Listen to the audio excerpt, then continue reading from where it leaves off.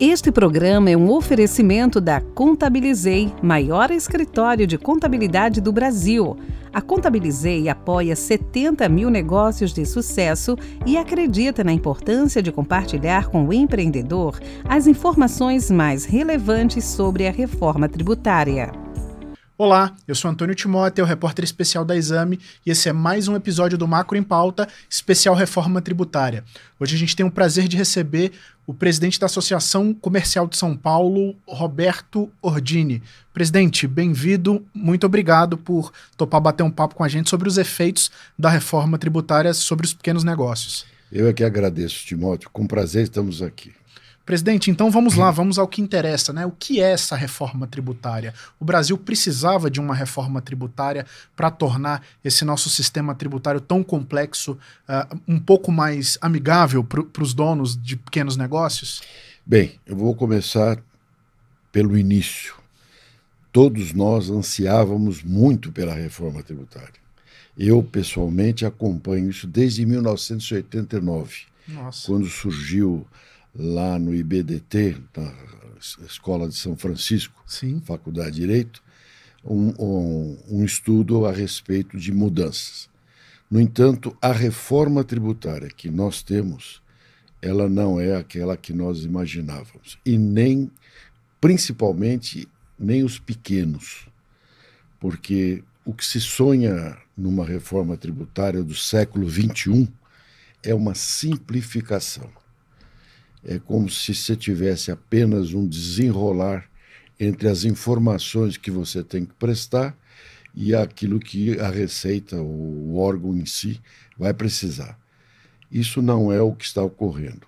É preciso que seja claro que essa reforma atende parte do público, principalmente o setor industrial, que, de fato, em algumas áreas, estava sobrecarregado.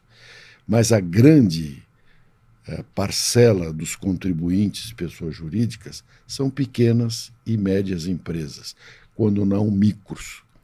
Essas que perfazem um total de 22 milhões no território nacional, elas não vão ser beneficiadas, ou muito pouco beneficiadas. Então vamos lá, presidente, por quê? O que complica ou o que não traz atratividade para os pequenos negócios na reforma tributária? Por uma razão simples. Como nós falamos, a simplificação. Ela não é simples, ela vai ter um período de dupla contabilidade, de duplo controle, que não é pequeno. Quer dizer, conviver com dois modelos. Com dois o modelo modelos vigente e o modelo que cria a CBS e o IBS. E o BS. Isso.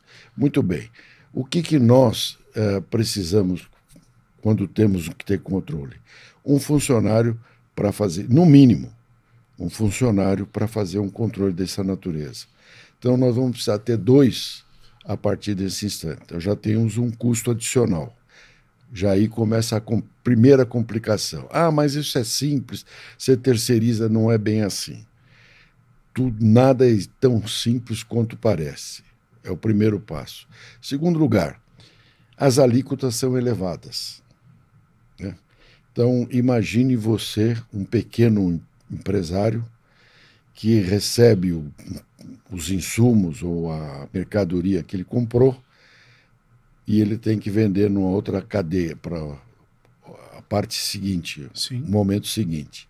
Se ele for uma empresa normal, sem nada especial, ele se credita daquele imposto e se debita do imposto superior, pagando apenas a diferença. Isso. Ora, dessas 2 milhões de empresas pequenas, geralmente no Simples, elas não terão direito a esse crédito. Então, você imagina eu comprar uma mercadoria pagando um imposto sobre uma alíquota de 26, 27, porque ainda não está muito claro. Ainda não está definido a alíquota, né? Mas vamos admitir que seja em torno disso. Eu tenho que acrescentar esse valor no preço. Sim. E se eu não puder me creditar, eu não tenho débito. Então você repassa para o preço. Vou repassar para o preço. Como é que eu vou concorrer com uma empresa que tem esse recurso? Meu preço está fora do mercado. A solução que o sistema novo diz, mas você poderá sair do Simples para o sistema normal. Ora, se eu for passar para o sistema normal, eu perdia os benefícios que o Simples me trouxe constitucionalmente. Sim. Existe um dispositivo no artigo 179 da Constituição que prevê um tratamento diferenciado para as empresas do Simples. Sim. E isso não vai ocorrer no sistema novo. Então, na prática, o senhor acredita que é uma perda de competitividade das empresas? Perda de competitividade e mais a possibilidade do fechamento, do encerramento da atividade dessa empresa. Ou, pior ainda, algumas que poderão se aventurar pelo campo da não tributação, da sonegação, e, enfim. E são riscos aí enormes, risco, né? Pior ainda do que qualquer outro. O Simples, é preciso, viu, Timóteo, que fique bem claro, ele foi trazido como uma inclusão social e não como renúncia federal, renúncia tributária, que a Receita e algumas outras autoridades entendem. Não há aqui, e por uma razão simples. No passado, você é jovem, mas eu me lembro, as empresas pequenas naquela época, elas tinham um sistema bem caboclo para resolver a situação. Bolso esquerdo era a receita e o bolso direito a despesa. Essa era a contabilidade. Não se recolhia tributo, não se observava a regularidade, e isso quem perdia era o país. Sim. Então, quando houve a sistematização do ordenamento tributário, nascido em 1965, né? Ainda naqueles início de atividade da reforma que houve lá atrás, onde foi criado o ICM, por exemplo, né? Não era o ICMS ainda, era só o ICM. Aquilo trazia um sistema moderno que permitia às pessoas, principalmente o pequeno empresário, a ter sua regularização. Com o Simples vindo na Constituição de 88, aquilo se solidificou, trazendo um tratamento diferenciado para esses pequenos. Evidentemente que isso trouxe uma expansão de negócios. O número inicial das empresas era bem menor do que esses 22, 24 milhões de empresas de porte pequeno. Isso trouxe um benefício, houve uma expansão para o país, houve, e naturalmente, desenvolvimento, e se prestigiou o pequeno empresário, inclusive para que ele pudesse sair daquela situação pequena e crescer.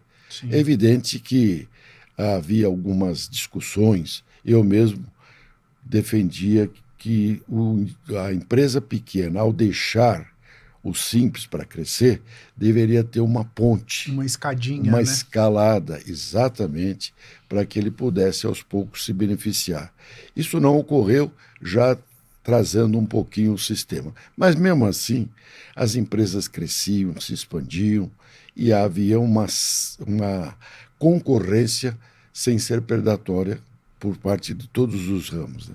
Presidente, outros temas que têm preocupado donos de pequenos negócios e outras pessoas com quem a gente tem conversado é o split payment, né? Naquele momento em que você paga que o consumidor pagar pela mercadoria, você vai ter já um recolhimento do tributo automático. E isso, segundo alguns especialistas, tende a afetar o fluxo de caixa das empresas. Como é que o senhor está vendo esse debate? Com certeza. Primeiro porque não ficou claro o split payment. Ainda não foi regulamentado. Sim. A regulamentação ainda está sendo discutida, ainda não se sabe. Isso parece. Já existia um sistema que, de certa forma, em algumas circunstâncias, ele funcionava bem, chamada contribuição, o imposto pago no momento, que era a substituição tributária. Tá. A indústria, ao vender para o mercado, seja atacado ou varejo, já retinha o valor do imposto da operação seguinte. Isso, em alguns casos, não todos, como depois, em 2008, se ampliou, sem nenhum nexo, Mas até então eram mercadorias de poucos fabricantes e pulverizado nesta ponta. Aquilo resolvia muitas questões. Era questão de cigarros, de sorvete, refrigerantes. Eu mesmo, naquela época, fazia parte do setor de cimento, de construção, sim, que foi uma bênção. Evitou-se a sonegação que existia e criou um caminho muito bom para que aquilo ficasse ajustado. Tinha algumas dificuldades, etc., que o tempo corrigiu, outras não, mas era um sistema que atendia o chamado split payment, sim, sem que aquilo houvesse necessidade de puxar do caixa, que esse realmente vai mexer em determinados instantes. Por quê? Se o indivíduo recebe aquele dinheiro e tiver um compromisso de folha de pagamento, e aquele dinheiro que poderia ser postergado já não vai acontecer. Sim. Então, não me parece um sistema, vamos dizer assim, razoável para que as empresas possam correr. Não que pagar o imposto na hora seja, vamos dizer assim, desleal por parte da Receita Federal. Não, ele pode, mas tem que haver um certo controle. Então, esse sistema imediato, ele pode gerar e trazer confusões. Não está claro, né? Não falta claro. Ainda o detalhamento de como o sistema vai funcionar. Mesmo porque se pode recolher o imposto aqui, mas aquela mercadoria que foi vendida, de repente não ser recebida pelo comprador. E aí como é que fica com o dinheiro já recolhido? Sim. Então é caixa, é fluxo de caixa. Sim. E essas situações todas não estão resolvidas, nem ficam claras, e digo mais, com todo respeito aos coordenadores do trabalho, não acredito que isso se resolva nesse tempo que se imagina, de 1 ou 2 anos para iniciar o sistema normal. Não vai acontecer isso. Vai haver muita confusão, se não até mesmo judicialização. Que é o pior dos mundos, né? Pior a gente dos conviver com 2 sistemas e um sob júdice.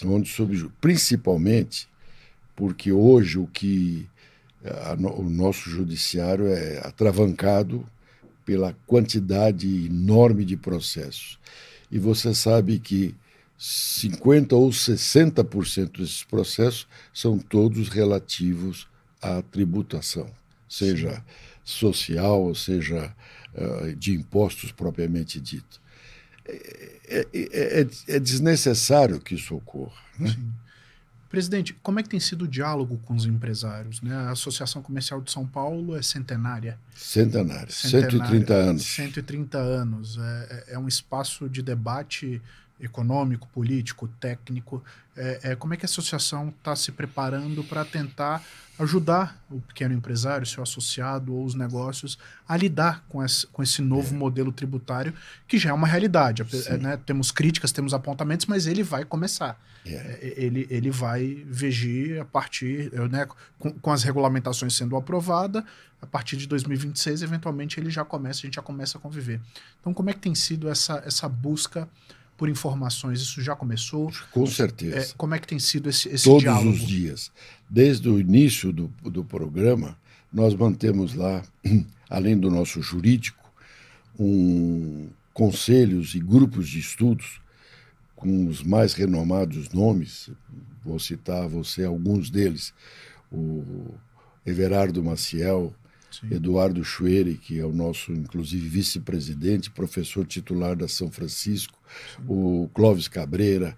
Nós temos elementos da Receita Federal aposentados, nós temos procuradores, enfim, nós temos uma pleia de técnicos e tributaristas da melhor qualidade que durante todos esses tempos, e continuam discutindo o assunto, trocando informações. Então, nós procuramos, na medida do possível, dentro daquilo que já está claro, transferir essas informações para os pequenos. E colocamos à disposição. Nós temos até um posto da Receita dentro da nossa casa e um serviço chamado AC Legal, que procura ajudar a resolver as questões e as pendências que existem, e as dúvidas, principalmente. Agora, infelizmente, como não está claro, nós não temos ainda a solução para tudo. Sim. Nós temos acompanhado junto ao Legislativo, estivemos na Câmara, no Senado, debatendo o assunto, levando contribuições, emendas, sugestões, mas, infelizmente, e aqui eu digo com muita tristeza, não fomos atendidas em nenhuma das reivindicações para os pequenos. Nós ainda não desistimos, vamos continuar lutando. Existe uma série de sugestões, de medidas que nós devemos tomar nesse período, mas estamos paralelamente procurando conversar e participar na regulamentação, na Câmara Federal ou no Senado, onde for chamado, Sim. E também, até de certa forma, no Judiciário, buscando aí encontrar soluções para que não haja o que nós tememos, o desgoverno chegando até as empresas pequenas e vai refletir na economia e pior. Imagine você que em São Paulo hoje nós temos em torno de 8 milhões de pequenas empresas. 8 milhões de empresas que geram emprego e ajudam as famílias. Sim. Imagine você se nós tivermos um grande número de empresas encerrando a atividade ou deixando de cumprir as suas obrigações, colocando em risco a vida dessas famílias. Com certeza. Presidente, que sugestões ou que aperfeiçoamentos vocês estão levando ao Legislativo? O que o senhor poderia nos citar de melhorias que vocês consideram importantes nesse processo? Especificamente com relação ao Simples, que hoje é a nossa maior preocupação, porque os demais detalhes da regulamentação, etc., isso com o tempo vai se ajustando e vamos procurando encontrar soluções paralelas. Sim. Mas há uma vital, que é do Simples. E essa do Simples nós temos que reivindicar que haja uma forma de eles se beneficiarem de crédito, seja ou por vamos dizer assim, uma legislação específica que permita um crédito ou uma compensação. Enfim, nós temos que criar um mecanismo para que as empresas do Simples não percam este direito constitucional. Quer dizer, hoje as empresas do Simples, dentro da complexidade tributária que existe, elas, ao serem contratadas, elas geram créditos para quem as contrata, né? Na prestação de serviço, por exemplo. Isso. E aí, com a reforma tributária como foi aprovada, ela deixa de oferecer, ela deixa de ser atrativa enquanto contratada por uma empresa maior, porque ela não gera o crédito para quem contratou. Então, esse é o ponto central do debate. Exatamente. Especialmente as empresas intermediárias entre indústria e comércio, os atacadistas, os distribuidores pequenos, e isso existe em grande quantidade. Elas estão travadas, né? E isso não é justo. Elas, as que estão diretamente ligadas ao varejo poderão até ter uma sobrevida, mas elas não terão competitividade. Isso, com certeza, o preço dela não será o mesmo preço de uma empresa maior e que tenha disponibilidade de se creditar e debitar os impostos e usar esse sistema além dos próprios meios comerciais, nas compras, que sempre é maior volume, com maior benefício. O pequeno não tem nada disso. O pequeno tem que se manter dentro daquelas regras bem curtas, né? Sim. Então, quer dizer, isso afeta o negócio em si, as relações, mas no fim das contas vai afetar pode afetar a saúde financeira da empresa, que eventualmente venha ter que encerrar suas atividades diante da falta de atratividade. Exatamente. Esse é o maior perigo que nós corremos. O Congresso agora também vai regulamentar um segundo projeto, né, que trata aí do conselho, o grande conselho ali formado por estados, municípios. O senhor está acompanhando esse projeto? Algum apontamento que o senhor faça a esse tema? Como é que vocês estão avaliando esse ponto? Primeiro, Timóteo, a grande questão que tentam justificar é a perda da competência do Estado. Tá.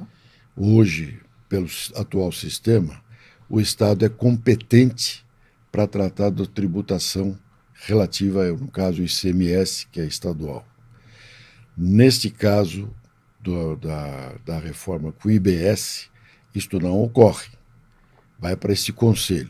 Muito bem, alguém diz, bom, mas o conselho será composto por próprios representantes do Estado. É muito diferente do que isso está na Secretaria da Fazenda daquele Estado, sim, que sabe cuidar do seu orçamento, das suas despesas, dos seus controles. E tem toda a possibilidade de fazer. O Conselho é muito, eu diria até prematuro fazer um julgamento final, mas a gente pode dizer o seguinte, como vai funcionar? Até que ponto o Estado terá a garantia de que a sua parte naquela tributação será cumprida? Quem pode garantir que o Conselho seja composto única e exclusivamente por... Porque hoje, Timóteo, já existe o que se chama de guerra fiscal.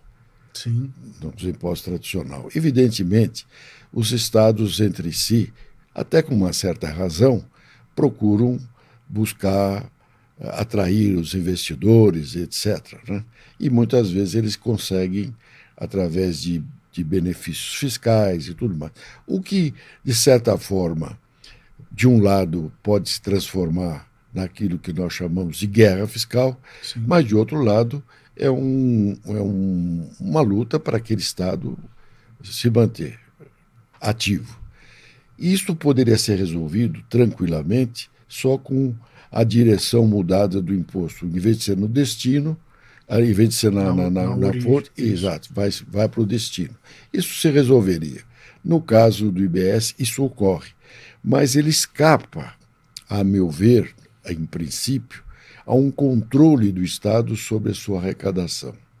Ela vai depender de terceiros.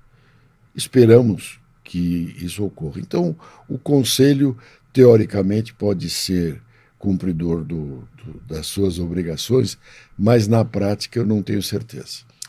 Presidente, a alíquota, né? A gente teve várias exceções sendo aprovadas no Congresso, que, no fim das contas, implica numa alíquota que deve superar os 27%, 28%. Isso é uma fonte de preocupação. A gente tem... as empresas do Simples têm uma alíquota reduzida, mas a gente tem vários setores questionando, né?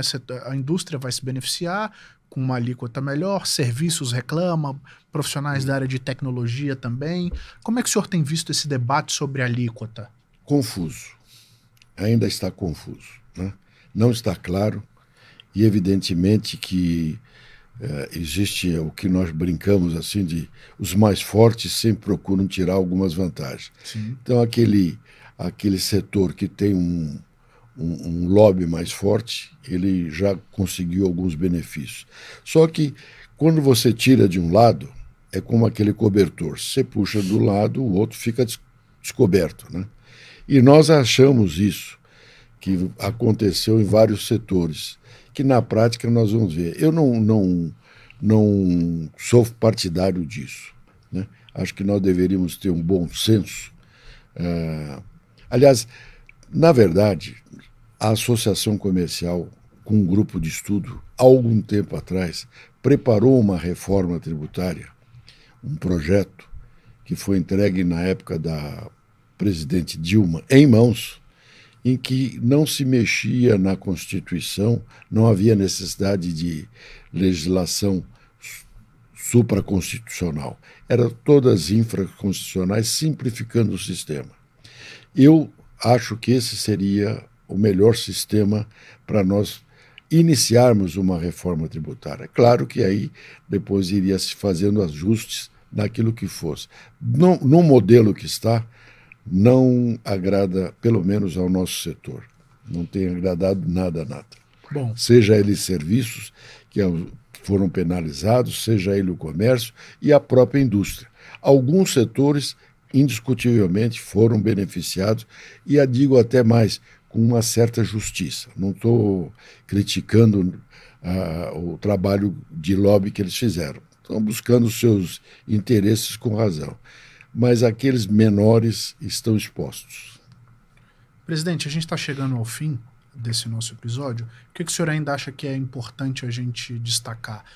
Enfim, se a gente fizer uma recapitulação da nossa conversa, começamos mostrando que simplificação é importante, esse sistema traz algum nível de simplificação, mas a convivência com dois sistemas pode trazer prejuízos e perda de competitividade sem créditos e débitos.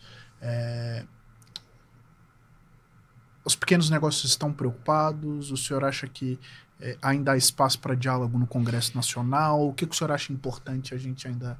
A esperança é a última que morre.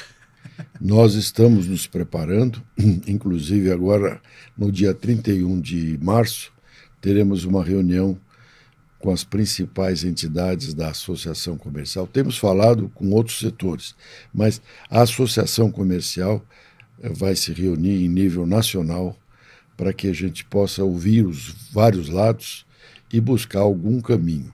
O primeiro deles, evidentemente, é tentar, através ou de uma emenda parlamentar, uma emenda constitucional, ou através de algum recurso infraconstitucional, que o crédito do Simples seja mantido.